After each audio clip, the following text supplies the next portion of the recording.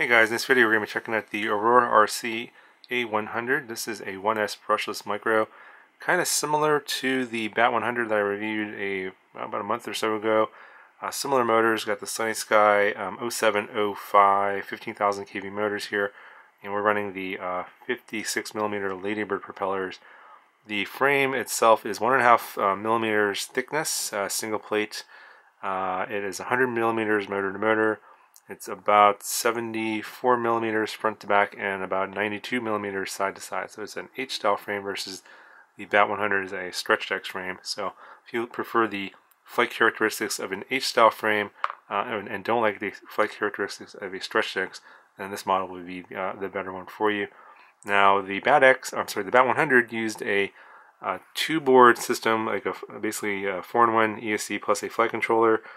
And this one uses the new single board system. We have a 4-in-1 ESC and a flight controller all in one. And it's actually, you can't see here, but I actually have the board separate here.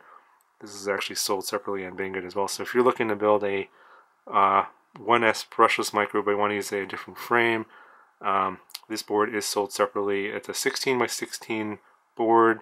It's got the Betaflight OSD in there. It's an Omnibus F3 target, and it's got a 4-in-1 5-amp ESC as well. So this is the new trend. Everything's getting miniaturized and shrunken down into these single boards now, and it makes the builds easier, I think, because there's not much less wires and less soldering, and you do reduce the weight a little bit. This does come with a FlySky receiver. This is one that I've got, but you also can get it in FreeSky and Spectrum, and I'm not sure if a non-receiver version is available or not, but you can check the link and see if that option is available. This does come with a buzzer here as well, and the camera they're using here is your typical all-in-one CMOS camera. I haven't seen this one before. The colors are very vibrant on this particular one, so they may have some new sensors on this particular all-in-one camera that I haven't seen before. They look pretty good. The pictures seem pretty good in the lighting conditions I flew it in. I didn't do any flashing or Betaflight or anything like that. I just went with what came on the drone out of the box, but I did adjust the PIDs, so I'll go ahead and I'll flash my PIDs up here on the screen so you guys can copy that.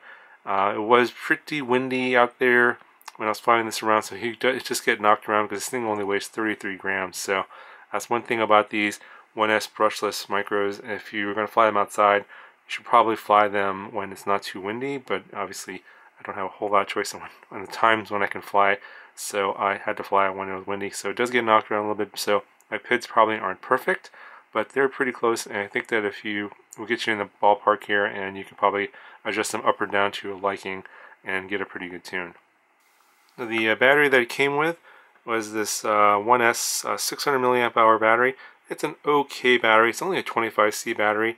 I actually preferred this other battery that I have gotten separately. This is a GNB 550. It has a higher C rating, 80 to 160 C.